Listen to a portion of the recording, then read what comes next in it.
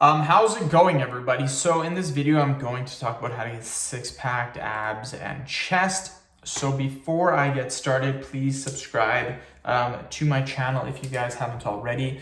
I do appreciate the support. It helps my channel grow. Please follow me on Instagram, Dillenberg999. Now, to get six-pack abs, two things are required. These two things are exactly the same for any other muscle group. The two things that are required to get six-pack abs is proper diet. Everyone knows that. But the other thing is actually building muscle in the ab area. And this is something that a lot of people do not do because they always hear from people, if you train your abs, you're going to get bulky abs, they're going to stick out, and they're going to look awful. That is 100% false, and that does not happen.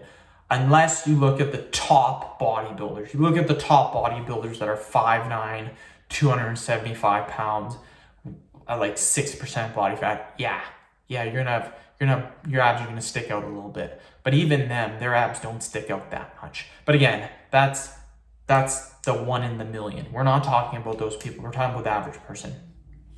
And this is where people don't develop abs. You'll see people, they'll have nice arms, nice chest, nice legs, and their abs will suck. It's because they're not training their abs the same way they're training their shoulders, their arms, their chest, their legs. They're not training them with weights, and they're not progressively, they're not training them with weights, and they're not training them with progressive overload. So literally, to get a six-pack abs, you literally do exactly the same thing that you would for your chest, or for your legs, or for your arms. Now, what kind of exercises can you do? Simple one is to get a plate, put it behind your head, and do crunches on the floor. Super simple to do. Anyone can do that. This has weight. You can progressively overload on it, and you can increase from maybe a 5-pound plate to a 10-pound plate. I do 35-pound plates right now, and you can just keep doing more and more.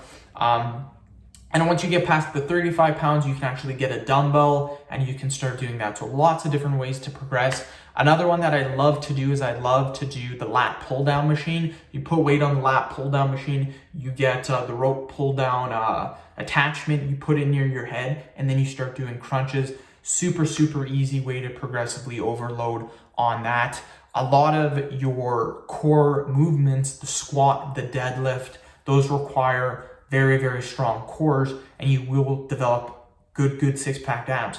You look at a lot of these strong men, they don't train their abs directly. They squat and deadlift frequently, and their abs are popping, and they're like 20% body fat. It's because when you develop muscle in your abs, you can be a higher body fat percentage.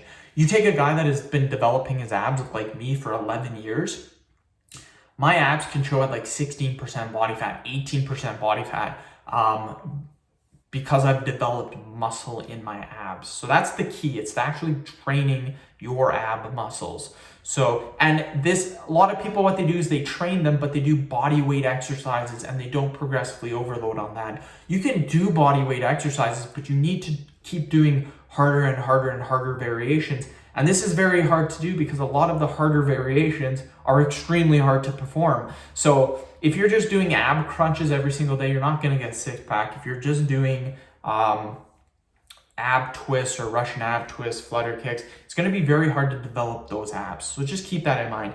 End of video. Thank you so much for watching. Please subscribe to my channel if you haven't already. Please follow me on Instagram, Dillenberg999. Thank you.